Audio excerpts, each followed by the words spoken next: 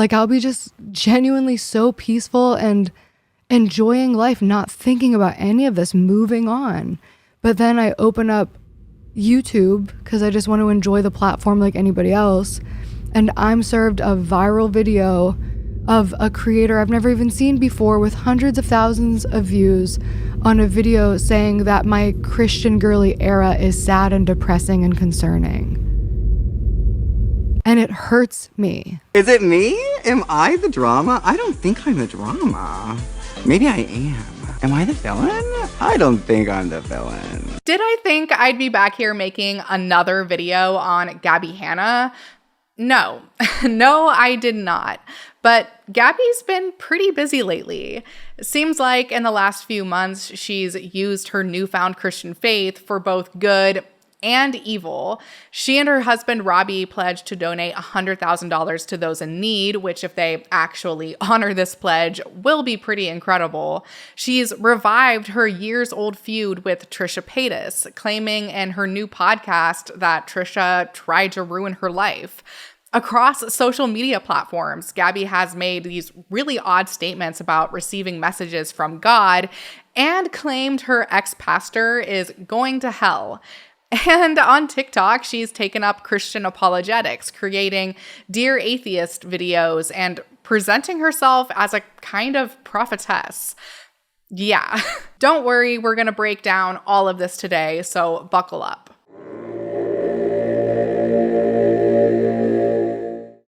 Hey guys, welcome back to my channel. My name is Taylor, and on this channel, we talk about life and relationships after leaving the church, and we do some commentary on the goings-on in evangelical Christianity. Okay, before we dive in, a quick heads up.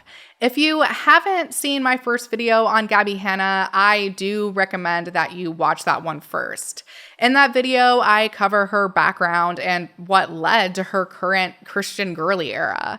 And I'm not gonna be revisiting all those details here since this video is mostly about what's happened with Gabbie in recent months. Okay, so the clip I included in the intro of this video was from Gabbie's second episode of her new podcast, which she's called An Actually Good Podcast, which I can't help but feel like is pretty ironic because the podcast is definitely not good. The episode is titled The Drama Channels Saved My Life. And to make a long story short, in this video, Gabbie claims that anyone who's ever made a video about her, which she collectively refers to as the drama channels, is engaging in slander, and that this years-long collective slander, which she's also dubbed global gaslighting, is what ultimately led her to Christ. A creator I've never even seen before with hundreds of thousands of views on a video saying that my Christian girly era is sad and depressing and concerning. All right, let's address the elephant in the room. In that clip was Gabbie referencing my video about her from January. I'm like 99% sure she was, although I obviously can't claim this with absolute certainty. But as far as I know, I'm the only creator who's referred to Gabbie's newfound faith as her Christian girly era. And I also put "This is sad" in the thumbnail. Do I think that Gabbie actually watched my video? No, I don't think that she did. I think she's merely reacting to the title and thumbnail, and to be honest, I don't completely blame her for not watching it. As a YouTuber myself, I know that it's really not fun to see yourself being talked about online, and Gabbie has certainly been talked about a lot online. And although I'm a relatively small creator, this has even happened to me. That being said, if you're gonna publicly throw shade at those who critique you, it's probably a good idea to actually watch the critique in question, which Gabbie doesn't seem to ever really do. And there's another reason that I don't think Gabbie actually watched my video or even checked out my channel, because you don't really have to scroll far on my page to find my video on why I left Christianity for Satanism. And Lucifer knows that if she knew this, it'd be the first thing she'd use to discredit me. Like, I'm entirely confident she'd claim I'm simply on a mission to take down innocent Christians because I'm clearly demonic. I'm seriously calling it now, guys. If she ever publicly addresses me, this is what she'll say. I just know that this is what she'll say. I mean, she's basically already saying this about other creators who aren't Satanists. Also, if you're new to this channel, yes, I'm a non-theistic Satanist. No, this doesn't mean I hate Christians. I actually even think that you can be a Christian and a Satanist at the same time, which is not a very popular opinion to have. Even Satanists don't really like this opinion of mine. But if you want to know more about what Satanism means to me, feel free to check out my videos on the topic. I also personally don't consider the Antibot to be a drama channel, although under certain definitions, I'm sure my channel would qualify. On this channel, as you guys know, I primarily discuss the goings-on in evangelical Christianity. From problematic trends happening on Christian Talk, to the abuse of celebrity pastors like Mark Driscoll, to Christian MLM scammers like Brandon from Daily Dose of Wisdom. All of these things certainly contain like dramatic elements. I think Gabbie presumes that talking about drama in any form is always negative or sinful, even though arguably she herself engages in drama all the time, as evidenced by her new podcast series, which we'll get to in a second. But I don't think that discussing drama is always a bad thing. Actually, I think that talking about drama and spilling the tea are really important ways to warn others about problematic behavior and hold people accountable. Okay, so what is going on with Gabbie's new podcast? Well, do y'all remember Gabbie's now deleted 2021 YouTube series, Confessions of a Washed Up YouTube Has-Been? I didn't even say anything about myself. Like, that's your own fucking projection of your fucking, like, you said that. I said what happened to Britney Spears was 2007's version of cancel culture. Good. I'm glad y'all remember it because I don't. As I said in my first video about Gabbie Hanna from January, my exposure to Gabbie was primarily through her online beef with the Atheist creator Rachel Oates. I, at the time, didn't know much about her outside of that context. From what I've gathered through researching online and watching a few re-uploads on the channel Gabbie Hanna Lost Tapes, this series of Gabbie's was basically one giant expose targeted at every creator she's ever beefed with, like Jessie Smiles, Rice Gum, and Trisha Paytas. At the time, the series did not go over well with her fans, and those who already thought poorly of Gabbie thought even less of her after watching it, hence why she deleted it. Although now she's claiming she deleted that series because of the number 666. Yeah, don't worry. We'll get to that later in the video. So her new podcast is almost an exact replica of Confessions of a Washed Up YouTube Has-Been. But this time she's putting a Jesus spin on it. Instead of framing it as a way for her to process her trauma and tell her side of the story, she's now framing it as her testimony of how God saved her. The actual content of the podcast episodes is no different. She's simply rehashing drama that's several years old at this point.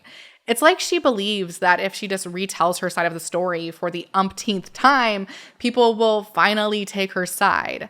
What's worse is that this time she's positioning herself as some beacon of morality and condemning anyone who's ever criticized her as living in sin. When I think about like some of these people, right? Just like these girls who are just like so hateful and envious and like literally went to such extents to like ruin my life. Mm-hmm. It kills me. It hurts me. It makes me angry. It makes me sad. It makes me like ruminate. But I also am like, I genuinely with my whole body, mind, heart, soul, and spirit can say, I want every single one of these people to go to heaven. And this is not the path. Gossip is a sin. Slander is a sin. Right. This type of behavior, this obsession over money, luxury, idolatry, vanity, wanting to be like the cool kid, wanting to break the story, wanting to have all the hot goss, like this is sinful behavior. And I know a lot of people hear that word sin and they're like, oh, I'm not Christian, like whatever. This is sinful behavior. This is inhumane behavior. It's honestly, I don't know who needs to hear this.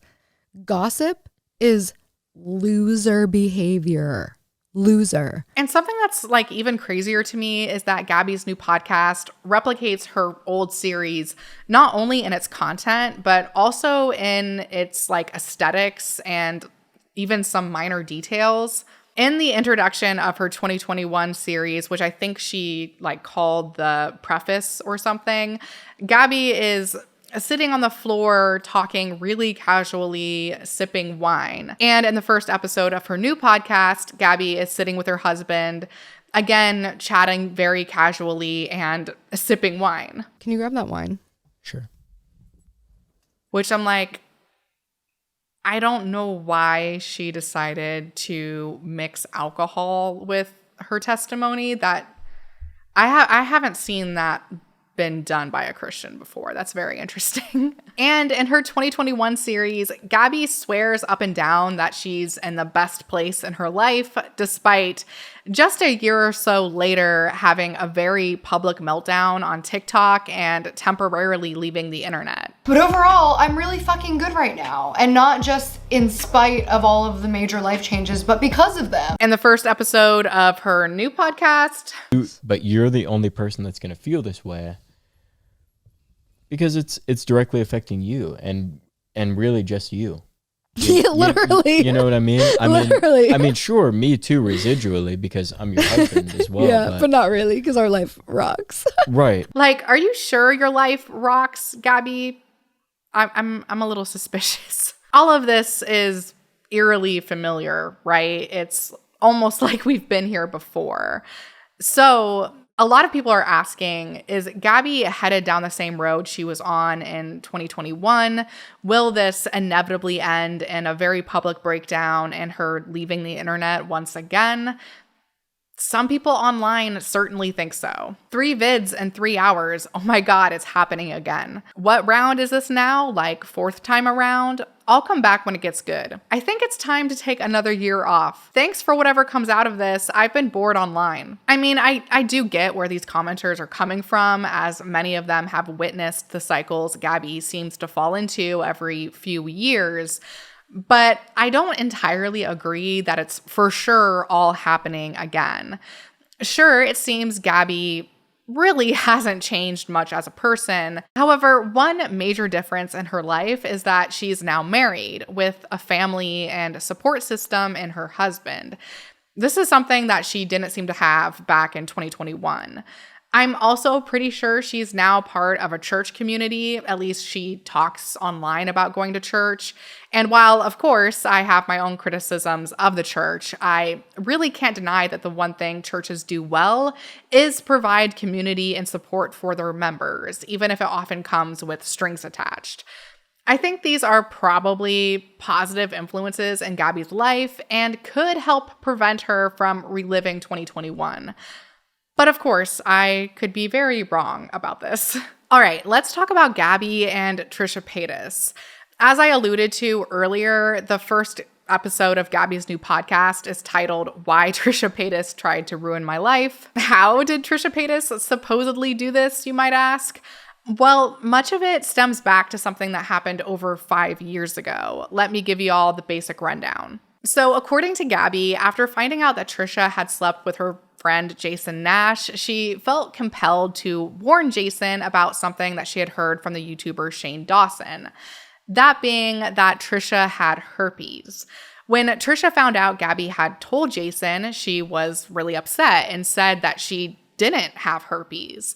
Trisha also said that Gabbie spread this rumor to others.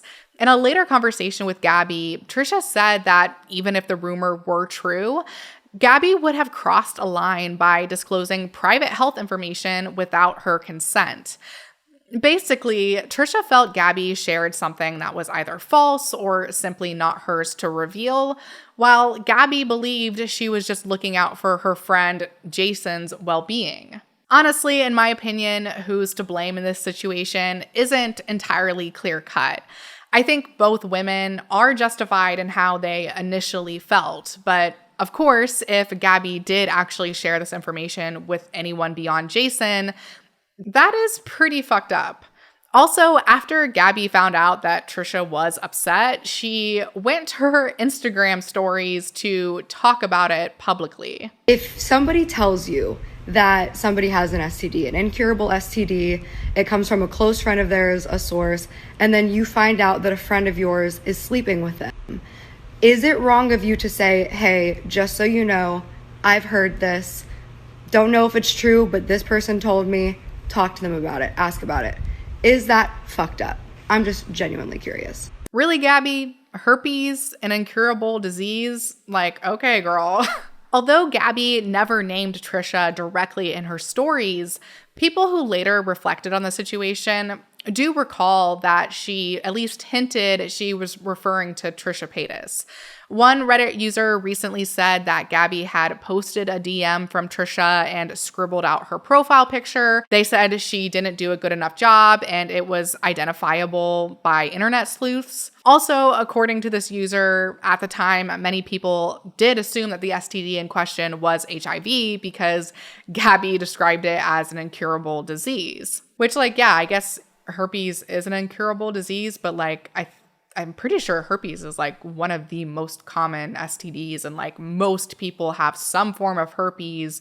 It might just be like in their mouth. Like I'm pretty sure that I don't know if it's called like oral herpes or something. I think like most people, like not most, but like a lot of people have herpes. It's not that big of a deal. This ended up sparking a years-long feud between Gabbie and Trisha, during which both women made like a slew of videos about each other. And adding fuel to the fire, Gabbie, for some reason, insisted that she and Trisha had been good friends before all of this happened, while Trisha claimed that they were merely acquaintances. And for whatever reason, this like really outraged Gabbie.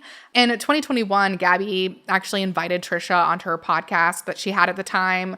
And Gabbie was really hoping that they could resolve their issues by talking face to face, but it only made shit like way, way, way worse. It was real. Like you and I talked for years. Like I talked to you about my relationship. I talked to you about like breakups. You talked to me about your relationship with your family. You talked to me about Sean. We talked about like your hoarding. Like we had real conversations. And like if you don't remember that shit, like I can't like, you know what I mean? That's fine. But like it happened. On November 22nd, 2016, buying a VIP ticket to your show, yes, yes, yes. November 19th, 2016, my obsession with the Gabbie show has been so unreal. I don't even understand. She's the most amazing thing on YouTube right now. And then May 10th, 2017, every time me and the Gabbie show are together, we never get selfies. It makes me extremely depressed. At my party?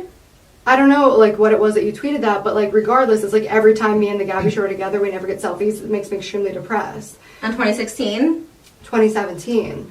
Okay, so after my party, 2 days after my party was May 8th. Whatever. Like every time we're together, we never get selfies. We hung out one time at that point. Whatever you want to say, but like you're still like publicly, you're acting like I'm because I'm not going to try to like make it seem like I don't have evidence because we don't take. You're right. We don't take selfies.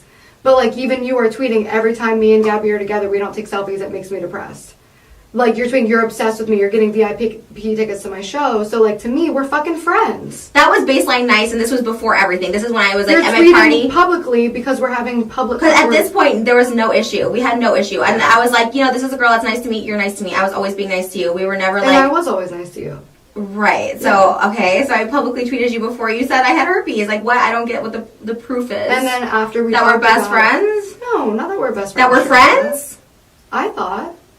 Okay. This is like a delusion. Okay. Cause like we didn't talk to this extent. It's a delusion based on. I didn't tell you about my family. You didn't tell me. I didn't even know you dated. I had no idea you dated at all. I mean, in my opinion, this whole were we friends, weren't we friends whole thing came down to a simple disagreement on definitions. Gabbie interpreted their interactions online and text back and forth as a friendship, while Trisha didn't. Were they actually friends? I mean, I don't think it really matters. It's clear that Trisha didn't see things that way. So Gabbie continuing to insist that they were friends, like even to this day, is kind of bizarre. Like, it's just like a weird hill to die on. The beef between the two was never really resolved, and over the years, both of their online careers took very, very different paths. Gabbie found it increasingly difficult to stay relevant, while Trisha rehabilitated her image, started a family, and achieved considerable online success.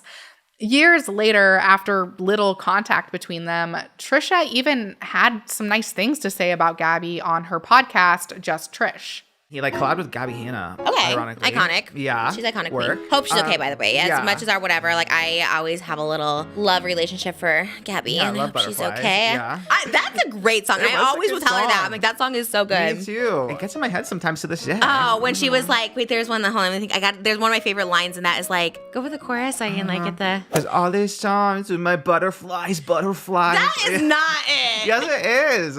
Because after all this time, my butterflies. No.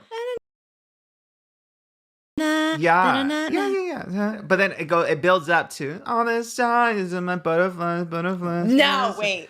Yes.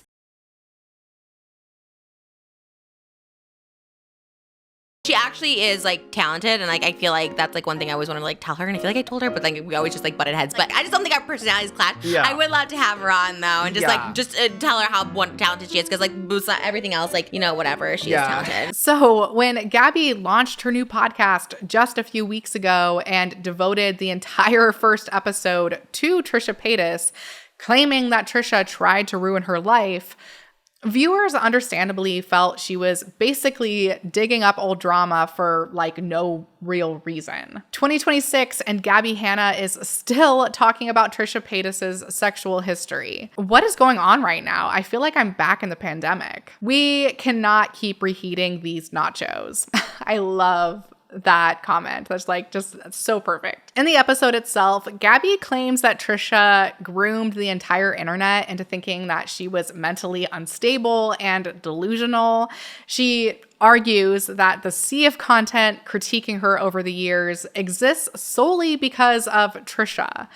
Basically, in the mind of Gabbie, the only reason I'm making this video now is because of something Trisha started years ago. The funny thing is, when it comes to Gabbie Hanna, almost no one brings up her beef with Trisha nowadays. I actually didn't even include it in my original video about Gabbie because, like, it's pretty irrelevant in comparison to her other scandals involving creators like Jessie Smiles and Rachel Oates. Like, Trisha is not the reason people don't like Gabbie. Gabbie is the reason people don't like Gabbie. She also claims that Trisha, along with anyone who's critiqued her online, psychologically abused her. And how does she come to this conclusion? Well, she asked ChatGPT. What this is, which was psychological abuse. This is psychological abuse on so many levels. And in fact, where's my phone? Because I want to read what ChatGPT said about psychological abuse. All this, what this is, I am a victim of psychological abuse on a mass scale by many people, but spearheaded first and foremost by Trisha Paytas. And then by Ethan Klein, which is the next. I asked ChatGPT, tell me about psychological abuse.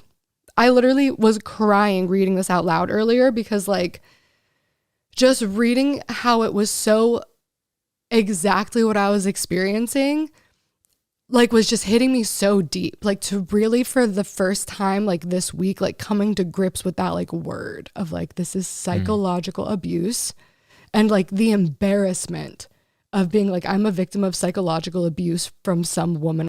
Okay. So psychological abuse, also called emotional or mental abuse, is a pattern of behavior meant to control, intimidate, destabilize, or diminish another person without necessarily using physical violence. Okay. It attacks your sense of self, and often it's invisible from the outside. What it actually is. Psychological abuse is not just someone being rude, stressed, or imperfect. It's patterned behavior that undermines your confidence, distorts your perception of reality, controls your choices, makes you feel afraid, small, or dependent. The damage is internal to your mind, identity, and nervous system. I think that Gabbie's unaware, or more likely intentionally forgets, that ChatGPT works as a mirror. It'll reflect back whatever you shine at it. If Gabbie told ChatGPT she felt attacked or targeted by certain individuals, it would only confirm that to her and then just like put a label to it. It's not real evidence that psychological abuse actually took place. Only a licensed therapist can actually make that determination. And Gabbie frames this entire episode as her sharing her testimony and says that the global psychological abuse that she's endured is what ultimately led her to God. But what's oddly lacking in her alleged testimony is any substantial mention of, God. Like, I grew up in evangelical Christianity. I know what a Christian testimony should sound like, and threatening people with lawsuits and telling those who run drama channels that they're destined for hell, that ain't it, sis. Like, that's not a testimony. That's just you wanting to stir the pot. That's all that is. I would have destroyed you in a lawsuit, by the way, Ethan Klein, and you're welcome. Because I was literally thinking about your wife and your children. And I was thinking about the next 3 years of my life that would have been spent putting this together. Yeah. Because between him, Trisha, Jesse Smiles, T Spill, Spill Sesh, Angelica Oles, Dustin Daly, The Viewer's Voice, Smoky Glow, Ready to Glare, like whoever else, like all these channels that see, I'm spiraling. What are we even talking about? Well, and yeah, you could definitely, in my opinion, like Trisha might be where the problem starts, but like all of the channels that picked up on it right away, all the other names that you mentioned are in my opinion, a bigger problem. Right.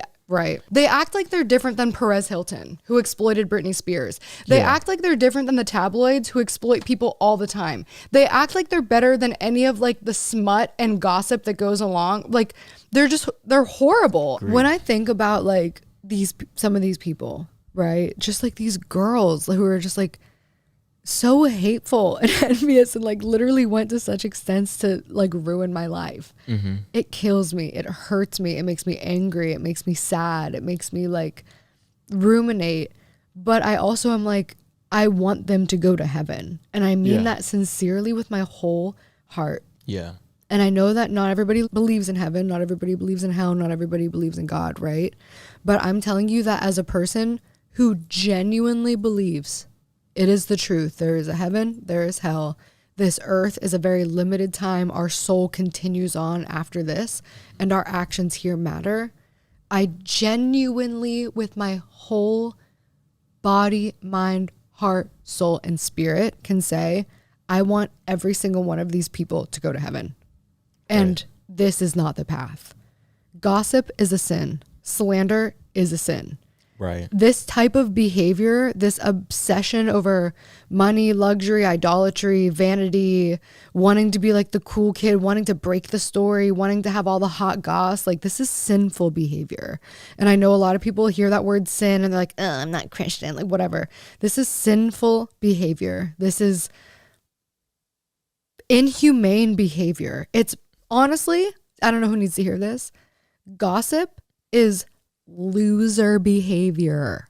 Loser. Right. Like, I don't know, Gabbie. I think telling people who like dare to criticize you that they're gonna burn in hell for all eternity is true loser behavior. So as I was working on this script, Gabbie actually uploaded a new podcast episode, and man, let me tell you, it is there are no words. It's completely like, woo, it's wild. It's wild. I'm going to do my best to summarize what Gabbie said, but to be honest, much of it was scattered and rather incoherent. Do you guys remember the guy during the Rapture Talk days who was seeing patterns and license plates and sold his car because he thought the rapture was coming any day? Gabbie is giving the same energy here, like maybe a little bit. It might be a little worse. Honestly, I'm actually really surprised that Gabbie didn't get pulled into the whole rapture talk thing when it was trending, because it seems exactly like the kind of thing she would have latched onto. Gabbie titled this episode From Angel Numbers to Jesus, My Testimony, Part 1. Her title like really confuses me because I thought that the whole Trisha thing, like her whole video about Trisha ruining her life, was the first part of her testimony. She even said in the first episode that the only reason she's revisiting the whole Trisha situation is that it's directly tied to her testimony. We'll get into this more in detail, but to me, it seems like this new Christian girly Gabbie just labels anything her testimony to basically justify bringing up topics that she really shouldn't be bringing up. Anyway, Gabbie opens this episode by talking about her ex-pastor. I had a pastor tell me to my face that he thought I was clinically insane. And that I couldn't like tell my testimony inside or outside the church again, or else I'd be kicked out. Like, they literally sent me an email being like, we don't believe in divine revelation, and we don't believe that God communicates through dreams, and we think you need to see a clinician. So you're not alone if you think I'm crazy. Gabbie, if a pastor, someone who presumably believes the supernatural realm exists, tells you that you need to see a clinician because your testimony is that outlandish, I think that should be your sign to seek help. As I mentioned in my first video about Gabbie, I'm not in the business of armchair diagnosing. I'm not going to label Gabbie with any mental illness, including religious psychosis. But like, girl, this is a tad concerning. I'm not gonna lie. Apparently people now call you mental. Yeah. We want you to speak to a psychiatrist. You don't understand. Ugh, this is so silly. Interestingly, Gabbie had apparently already talked about this pastor on Patreon back in November. The post in question is behind a paywall. I think she might have actually even completely deleted it. But according to some Reddit users, Gabbie calls this pastor a blasphemer and a misogynist for some reason for not believing her testimony. She also says that she thinks that this pastor is going to hell. Yeah, Gabbie is one of those Christians who thinks other Christians are hellbound if they don't believe exactly like her. Like, Gabbie, go ahead and change your last name to Driscoll and move to Scottsdale because you're giving real Marky Mark energy. Okay, editing Taylor here. After I finished the script for this video, Gabbie actually posted a TikTok about this pastor, and she said her pastor was a cessationist and told her to stop sharing her testimony inside or outside the church, apparently. This pastor called me crazy to my face because I told him that I had a dream from God where he told me that Jesus is the truth and I needed to like repent. I am definitely going to be telling the story in full with my husband because he was there. We have the emails, we have the conversation in person recorded, and it's really important because church hurt is real. And a pastor who does not believe in the Holy Spirit and is not willing to hear your testimony is why people leave the church. Before I even get started on the story, let's just imagine this, right? If I was actually crazy, let's say this pastor actually believes that I'm having psychosis because God told me in a dream to repent and follow Jesus. If this pastor actually believes I'm crazy, why would he make us leave the church? Just jumping in to say that Jesus left the 99 to go after the one. Hardcore cult vibes. Literally said you can't tell anybody inside or outside the church what I told you, or else you guys are going to be on disciplinary action or excommunicated from the church. Actually, that's not what he said. What he said was you can't tell anyone inside or outside the church what I told him, meaning you can't tell anybody in your life ever again that you had a spiritual encounter or a spiritual dream, or else you will get kicked out of the church or you'll be put on disciplinary action. That was the level of control that he was trying to enforce over my testimony. Gabbie, not every Christian believes exactly the way you do. That's why there are 1,000,001 Christian denominations. I do think it's kind of ridiculous if the pastor did tell her that he didn't want her to share her testimony outside of the church, but that doesn't automatically make him a cult leader. Also, when I first watched this TikTok, it had 666 likes, which is pretty hysterical, and you guys will understand why in just a minute. By the way, Gabbie's Patreon, where actually a lot of her posts are public, like most of the posts on her Patreon are public, which is really strange because typically creators, they're not going to have their patron posts public because like they're supposed to be for their patrons. That's like why you have patrons who donate to you. Like I think it's public because she like secretly wants as many people as possible to see her posts because a lot of them are very like, she stirs the pot in a lot of them, even more than she already does like on YouTube. But anyway, her Patreon is like a whole rabbit hole on its own, and I could make an entire video dedicated just to her Patreon posts. Like the girl reposted a Blair White video on her Patreon and said that she is happy that a Christian revival is taking place, which newsflash, there isn't actually a Christian revival happening. I think either Let's Talk Religion or Religion for Breakfast actually recently made a video about that. But yeah, there really isn't like this Christian revival happening. And then she also went on this like whole rant about how women can avoid getting into abusive relationships if they just wait for marriage. Yeah, that's the type of shit that's on her Patreon. It's even worse than her YouTube channel. Okay, so back to Gabbie's episode about going from angel numbers to Jesus.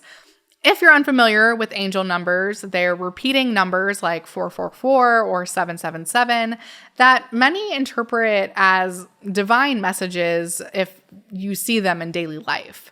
For example, someone who often checks their phone to see that the time is 2:22, they might believe that the supernatural realm is telling them to trust themselves or that they're like in the right place in life. Believers in angel numbers frequently wear them as jewelry or even get them tattooed on themselves. I actually kind of want to get 666 tattooed on myself. Maybe I already have so many like Satan-y tattoos. I feel like I should branch out. In my opinion, angel numbers are an artifact of kind of like pop spirituality that is mostly harmless, but if taken to an extreme, as in Gabbie's case, it can be pretty harmful. So Gabbie says that years ago, while she was releasing her expose series, Confessions of a Washed Up YouTube Has-Been, that she started to see the number 666 like everywhere. Supposedly, every time she went live on social media, the view count or number of likes would frequently land on 666. And this really scared her, and she took it as a divine message to stop the series and delete it from YouTube. Of course, it couldn't possibly have anything to do with how much viewers like hated the series and thought it reflected badly on Gabbie. Like obviously Gabbie's revising history because it's a little bit more comforting for her, I think, to believe that she stopped because the universe was telling her to stop rather than just accepting that like people really didn't like the series and thought it reflected really badly on her. Apparently, Gabbie later asked her Catholic grandmother about the meaning of 666, and her grandmother said it symbolized her guardian angel. Then after that, Gabbie began noticing the number 222 everywhere and took it as a sign that she was entering a new chapter in her life, which is interesting because I don't think, like I'm not super into angel numbers, but I don't think that that's typically what 222 symbolizes. If any of you guys are into angel numbers, can you let me know what 222 means? She also said, okay, this is crazy. She also said that people around her started reading her thoughts and answering them out loud. Yeah. Like, oh my God. This is where this like phase of life started happening where all of a sudden people were answering my worries, answering my thoughts. Side note example. One time got directed to go down to Hollywood, parked in this spot that literally magically appeared. And as I was walking away, I was like in my head thinking, is it legal to park there? Somebody walks by me and goes, by the way, it's legal to park there. Don't worry. Literally, like people are answering my thoughts out loud. During this period, Gabbie began meditating and described often slipping into like trance-like states. One time while meditating, she said that she saw a blue light and felt this like wave of calm. And after researching the meaning of blue light during meditation, she found that it meant the archangel Gabriel had visited her. And another time while painting, she said that she felt a similar sense of calm and then found herself painting the word stop, which she took as a sign from the supernatural realm that God was ending her anxious thoughts. Strangely enough, Gabbie interprets all of this now, the angel numbers, the alleged angelic encounters, and people seemingly reading her thoughts, not as demonic experiences, but as signs that God was trying to reach her. Yeah, apparently God, the supreme being of the universe, has nothing better to do with his time than speak to Gabbie Hanna through numerology. Like, I guess, fuck the kids that are dying in Gaza, I guess. What's also really baffling to me about this is that Gabbie herself has previously labeled angel numbers as demonic. Even during this episode, Gabbie warns people against dabbling in angel numbers. And by the way, to be clear, I do not think that you should be dabbling in angel numbers. I believe that God used what I was using as a way to reach me. Yeah. Like the devil was trying to scare me and God used it. But the whole time I was praying God's angels, God's protected, safe angels, not demons disguising themselves as an angel of light, and really putting this trust into God, like to show me the truth. Like, I'm so confused. Are angel numbers demonic or not? Is it okay to play around with angel numbers as long as you're like praying to God at the same time? Or more likely, is it only okay when Gabbie plays around with angel numbers because she's decided that for her, they're messages from God, while for everyone else, they're off limits and demonic? If there's one thing that I've learned about Gabbie from my research, it's that she loves to condemn others for the exact same things she herself does. I mean, take this entire new podcast of hers as an example. Like, she's labeled pretty much all drama channels that criticize her as smut. They literally just hate me. They're jealous. They're envious. They want to hurt me. Like, they have wickedness and hate in their heart toward me. That's all there is to it. Yet when she dedicates an entire podcast episode to talking about people like Trisha Paytas, it's suddenly okay because she's just sharing her testimony. Like, girl, get a grip, please. I'm going to be talking about this situation for a long time. Like, there is... So if you're Jesse Smiles or a drama channel or anybody here who's like, stop talking about it. No, I'm not going to. I'm literally not going to until I feel like I've said everything I want to say, because this is ultimately a part of my testimony. Clearly, Gabbie believes that she has some type of connection to the divine that others don't. And what's concerning is that lately she's begun using her supposed clairvoyance to make like prophetic claims about other creators' lives. Like, Gabbie has kind of entered her prophetess era. This video is for Brooke Monk and Brooke Monk only. If you're not Brooke Monk, feel free to continue watching or not. It's totally up to you. Girl, I see, and a lot of us see, the demonic spiritual attack that you're under. We see it. We see it. You know exactly what I'm talking about. We see it. But I see what you're going through. I know what you're going through. I see it. Ignore it. Ignore it. Ignore it. Ignore it. Don't bait. Don't bait. Don't look. Don't look. Listen to me. Don't look. Don't watch. Don't think about it. Control your thoughts. Take that thought captive in the name of Jesus. Take that thought captive. I rebuke it. See ya. See ya. Not even thinking about it. It's gone. And on that note, connect with Jesus. The reason this demonic attack is happening to you is because you are separated from Jesus right now. You love Jesus. You profess Jesus. I know that. But you know in your heart that you're not living the life that Jesus has called you to live right now in this moment. Right now, what literally Satan is seeing is, I'm going to get under her skin. I'm going to get under her skin. It's going to drive her nuts. There's going to be no justice. It's going to drive her insane. Ignore it. Ignore it. Let God do the work. Focus on your mission and get back on your mission. Ask Jesus, you know what, God? I haven't faced you in a while about this. Tell me what to do. What is your next plan for me? What is your next step for me? Make my ways your ways. Number my steps Submit your ways to the Lord and allow him to make straight your path. In all you do, whether you eat or you drink, do it all for the glory of God.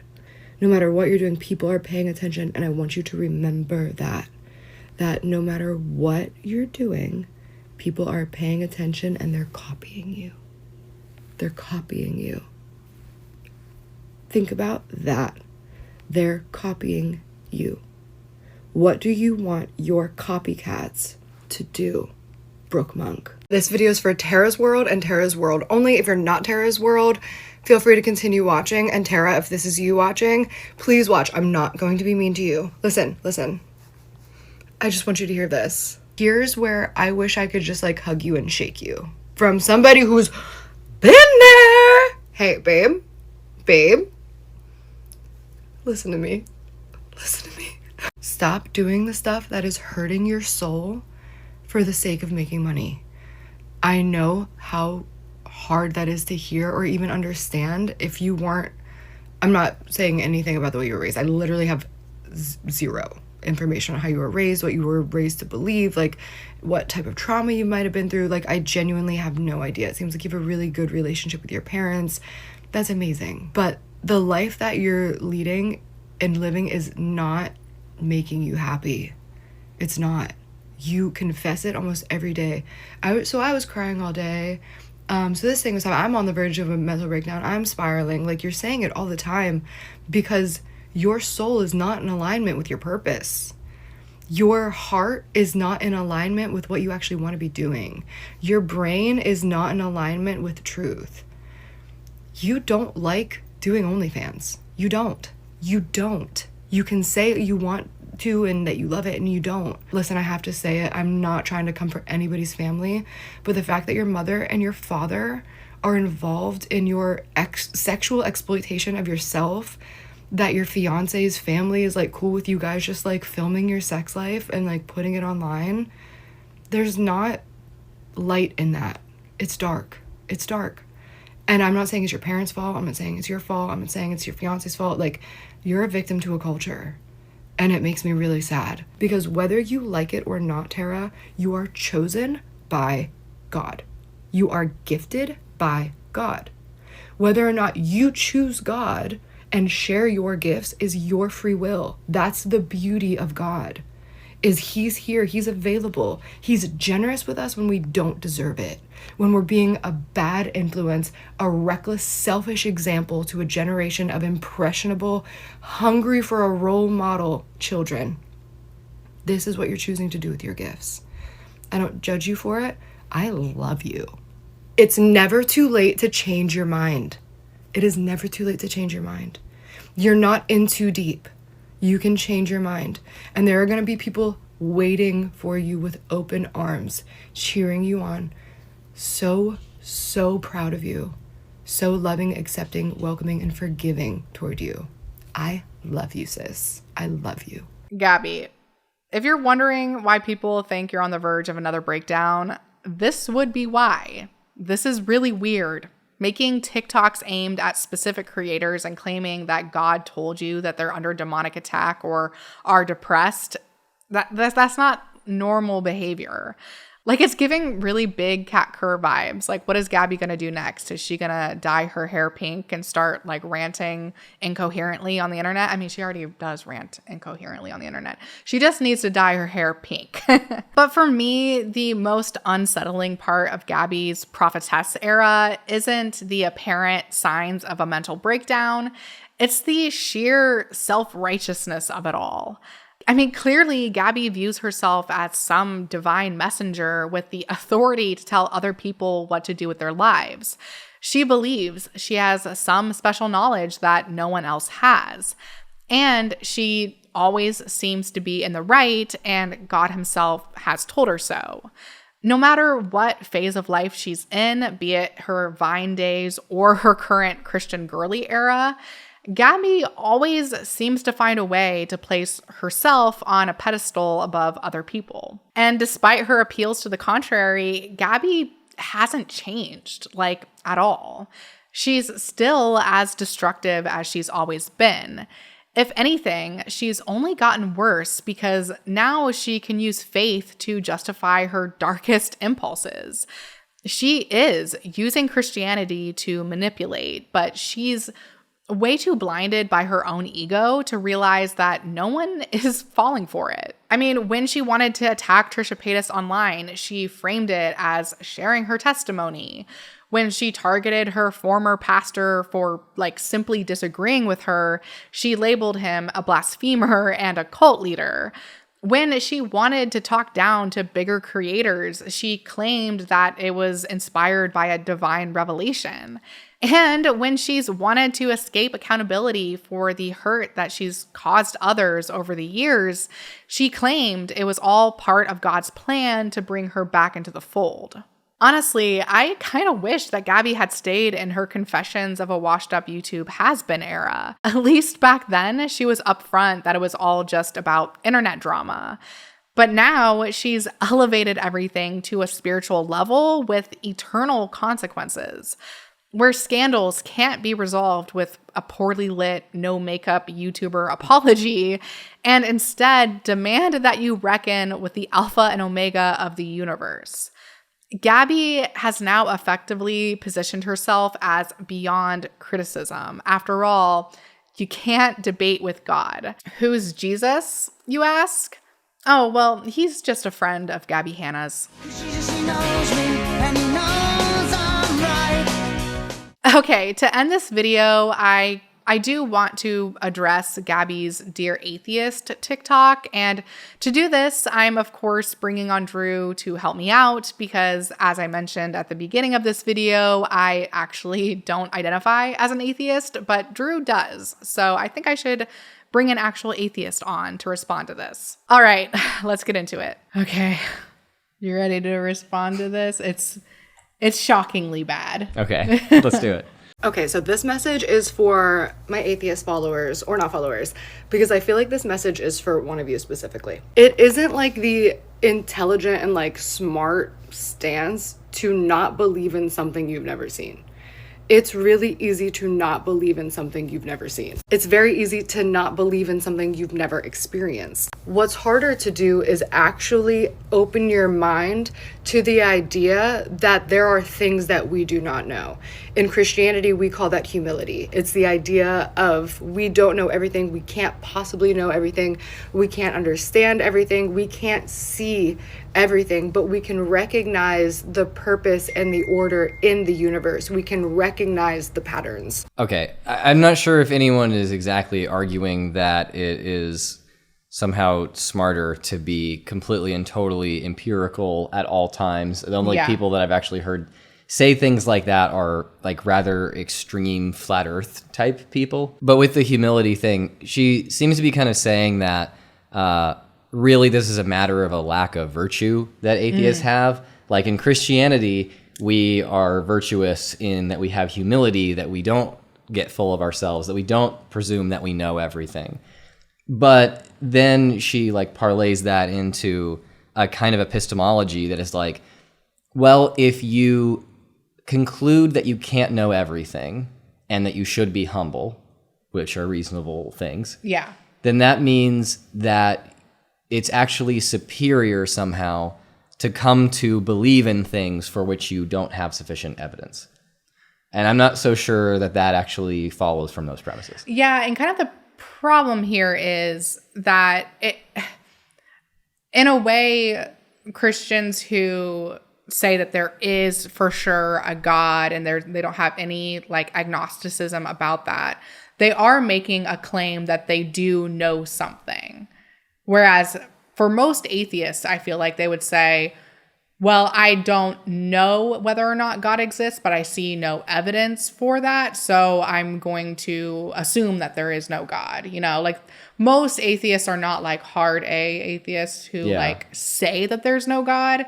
So I don't know. I feel like she's kind of just playing around with wording in order to put herself and Christians like her in this morally superior pedestal. Yeah. And more importantly, we can recognize what God has done for us in our own lives. We've seen miracles. We've experienced the Holy Spirit, and not all Christians, right? So that's interesting that she says that Christians can see the patterns in the universe and see the order that's in the universe. And humans by nature, we are very like pattern seeking beings. We see like patterns in chaos a lot of the time. And so that's like a very natural thing to want to see a pattern, but that doesn't necessarily mean because there's a pattern there that the conclusion that you've come to that God exists is correct. Yeah. It might just be that you're seeing a pattern.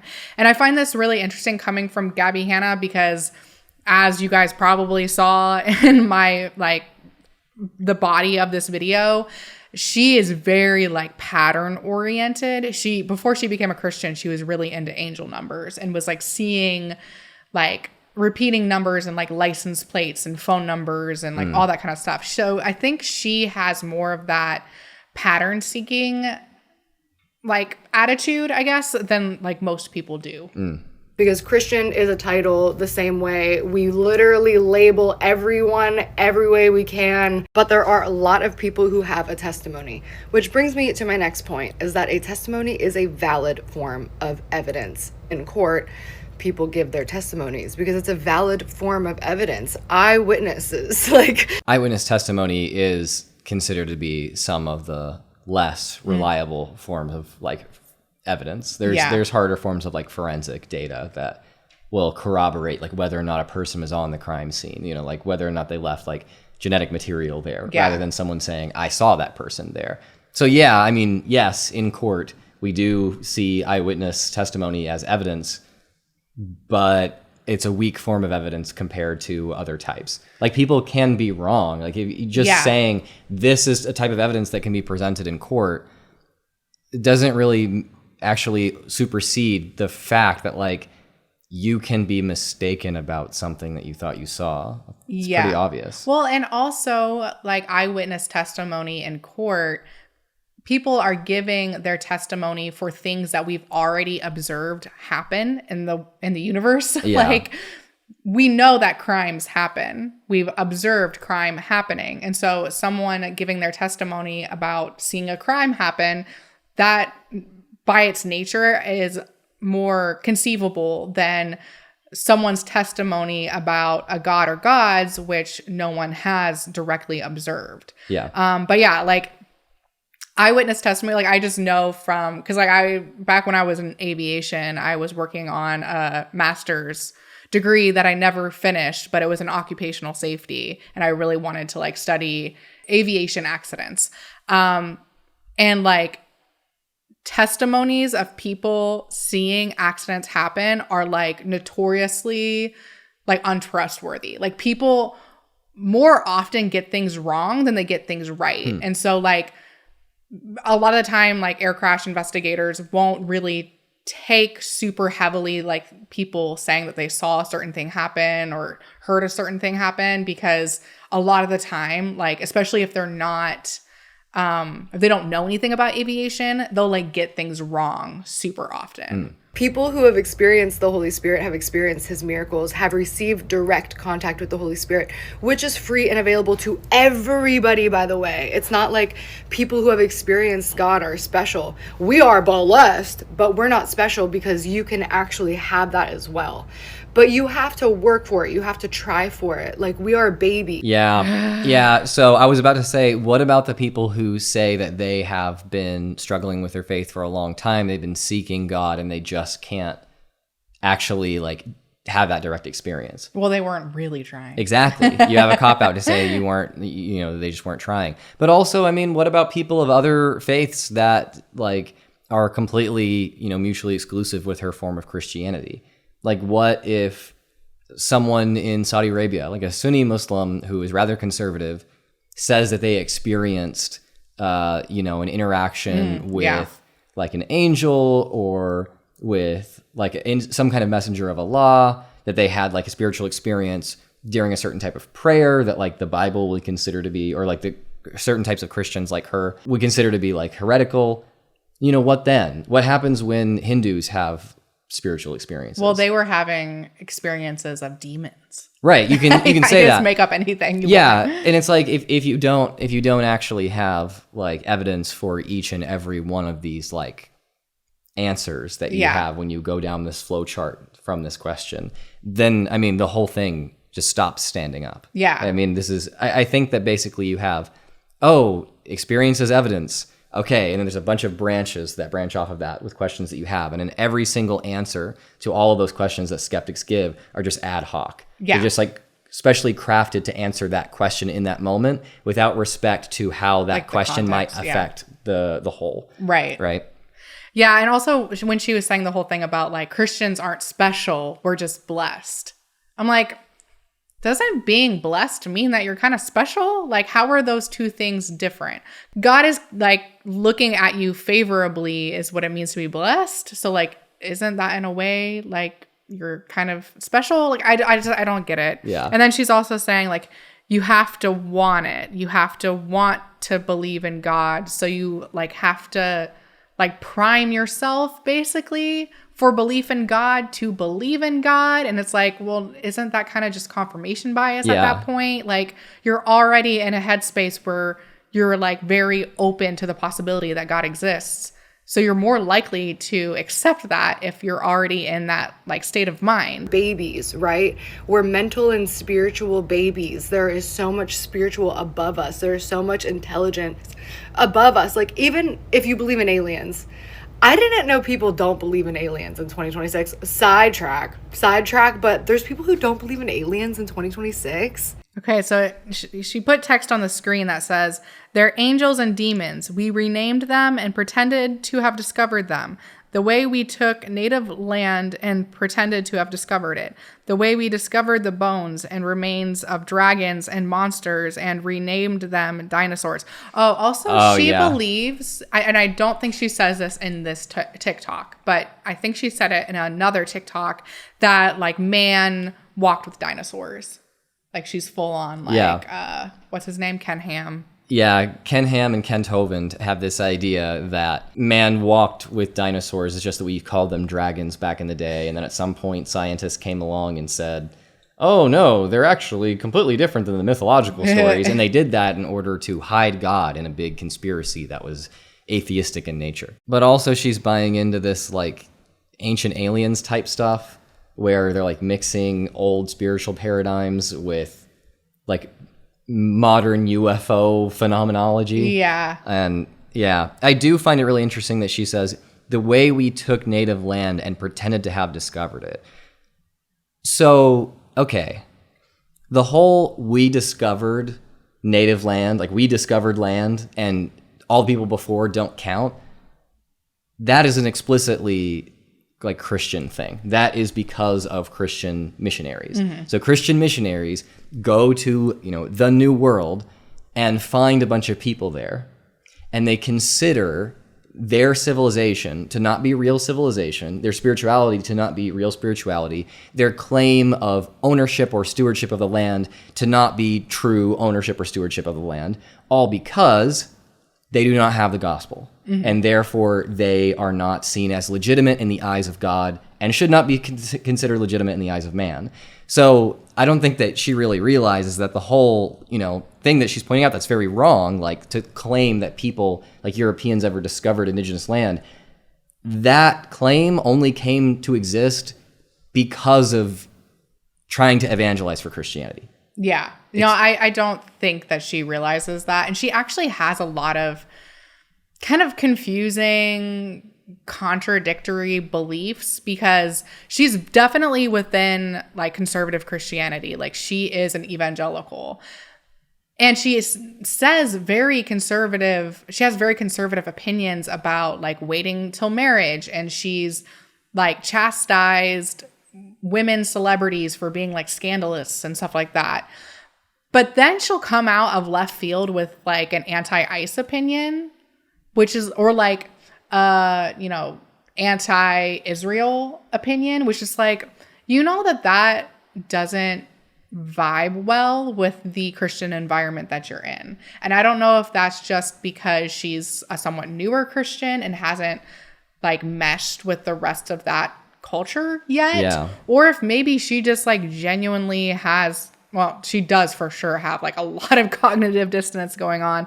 Or she's just trying to say certain things to appease her audience, but then also wants to be a conservative Christian at the same time. I don't really know what's going on. I would lean toward she has a hodgepodge of ideas that don't necessarily all mesh together because she just doesn't have a particularly rigorous like method toward collecting these ideas. Yeah, she doesn't.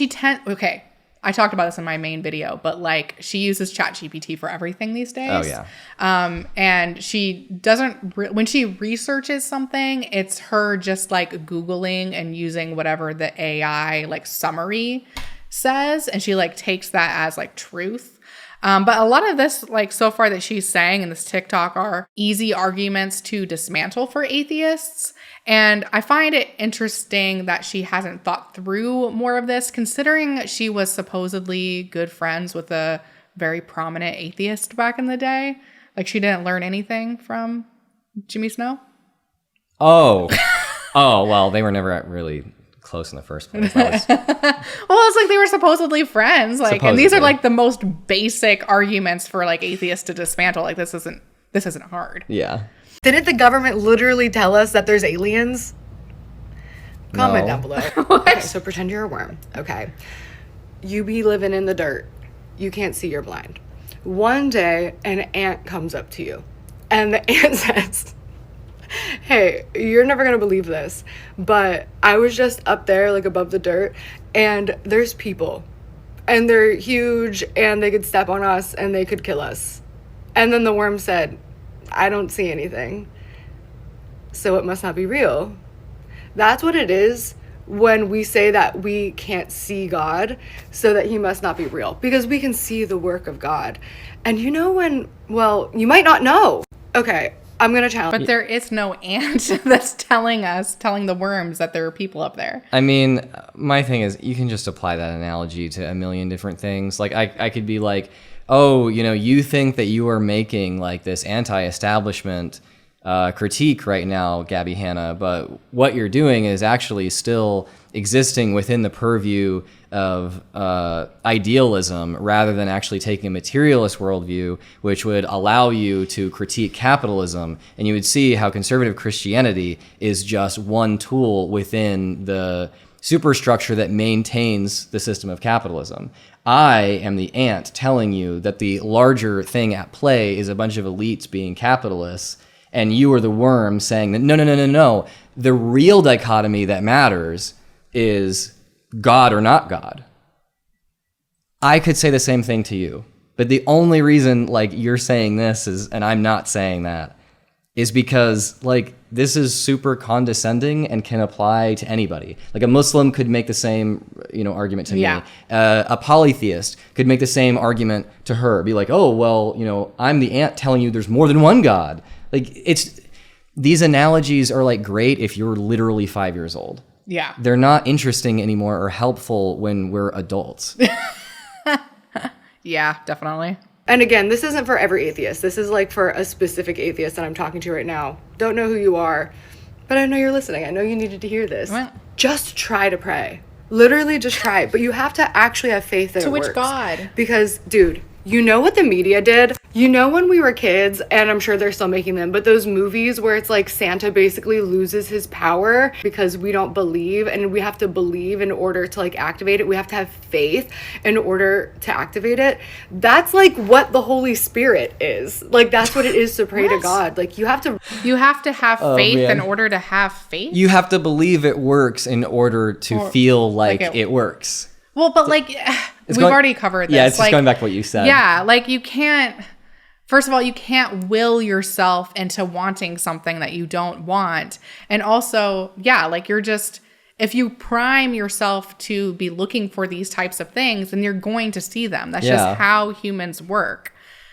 Like, of course, if you are praying and you believe that you are going to get a response from prayer, you're pretty likely to feel like you got a response from prayer. You'll interpret things as such. And for me, I wouldn't expect something to happen, and so maybe I wouldn't. Like, but okay, how can we break through that bias that you and I both might have, Gabbie? Like, how can we break through that? What you would do is, propose some kind of experimentation, or maybe there's like, randomized sample. There's, double-blind controls, like things like this. But when we do that on prayer, we don't find any evidence. Like, it's been done. Yeah. And that's why they always end up going back to just saying these same things over and over and over again, because this kind of rhetoric works to keep certain Christians in the fold. It doesn't really work very well to actually bring people in. Yeah. Well, and also it's like, does she think that atheists haven't tried praying? I'm like willing to bet that almost every single atheist has tried to pray. Yeah. Whether that's to the Christian God or to whichever God, and hasn't felt anything. So like, what is that supposed to mean? As my friend Colton Barnaby said, when responding to people challenging that he was ever a Christian or that he's never tried Christianity or whatever, I lost more devotion when I stopped believing in God than you have right now. I have a lot more experience with Christianity than you do, and praying than you do, Gabbie Hanna, actually. So, well, and that's the thing. Maybe remember some humility. Well, that's the thing is that, like, I get so many comments on my channel, people saying that I was never a real Christian. And I don't usually reply, but when I do, I'm like, I grew up as a missionary kid. Until I was in my early 20s, I was a Christian and very immersed in that culture and belief system. You were brought up in a very conservative form of Christianity, and, we're reciting Bible verses, and like you were very much a true Christian. And yet they like still want to insist that like I didn't really have a real faith. And it's like, what evidence can I give you for you to believe that my faith is real? Like, the only thing that you will accept is if I reconvert to Christianity. That's the only thing that will like make these people happy. Right. Really believe, just the mustard seed of faith, actually. You just need a tiny bit of faith. You have to be open to the idea that God is real, and then pray and say, I'm scared, God, but show me the truth. Reveal the truth to me. So I said that prayer when I was 3 years old. Yes, I know all this stuff. This is Christianity 101. And I really think that it's going against the, foundational principle of Christian humility to like think that you're teaching every atheist out there something. Well, I mean, that's just typical Gabbie Hanna. Whether or not it has to do with like religious topics, she's always the one that's in the right. She's always the one that has the most information. And so like, this is just like par for the course for her. But yeah, it's like, I don't know who, because with Gabbie Hanna, when she makes TikToks, she'll say, oh, this is just for some atheist. No, it's directed at a specific atheist. I'm like willing to bet that she's directing this at somebody. And I'm really curious who that is. I don't know. Maybe it's me, because she probably just assumes I'm an atheist for critiquing her. I know for sure she's seen my video, but I'm actually not an atheist. I'm something even worse. God will reveal the truth to you. And there are testimonies, millions of people who can tell you that they've experienced God, that they've asked a similar question, they've said a similar prayer. And God does show up because he wants to know you. He literally wants to know you. But there's also like a million people that have prayed and asked for God to reveal himself to them who haven't gotten an answer. Or have gotten an answer from a different God. Yeah. When God does speak to you in whatever way he chooses to speak to you, because for a lot of people, it's different. I know people who have heard an audible voice and it led them to a life of peace, joy, health, sobriety, love, generosity.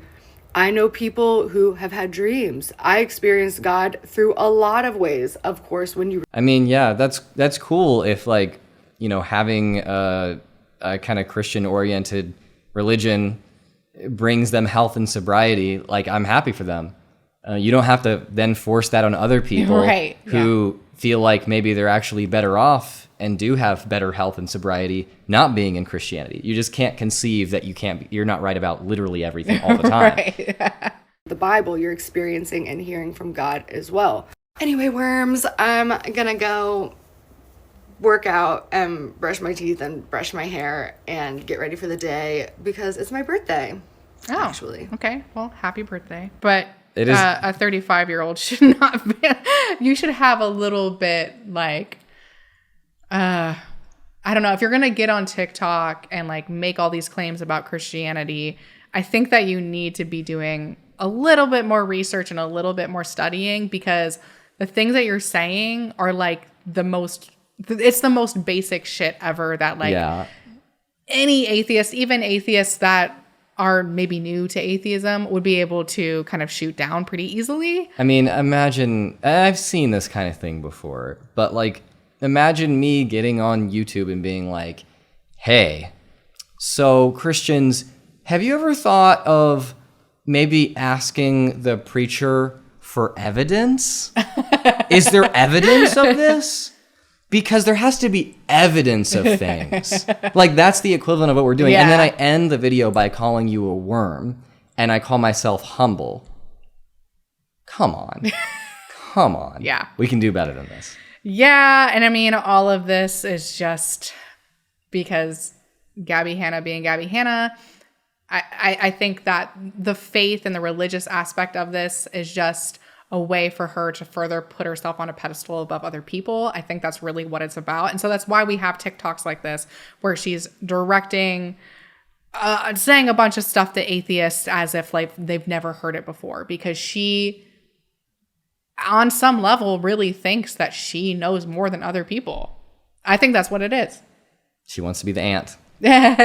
Real quick, Stan. Yeah, so Piggy has to wear a little sock on his foot now. You guys know that he's had a few health issues. We got him an MRI a few weeks back, and they put him on some steroids to hopefully help. But unfortunately, the steroids haven't helped a whole lot, and he doesn't want to put weight on this leg. And so he's been kind of like knuckle dragging a little bit.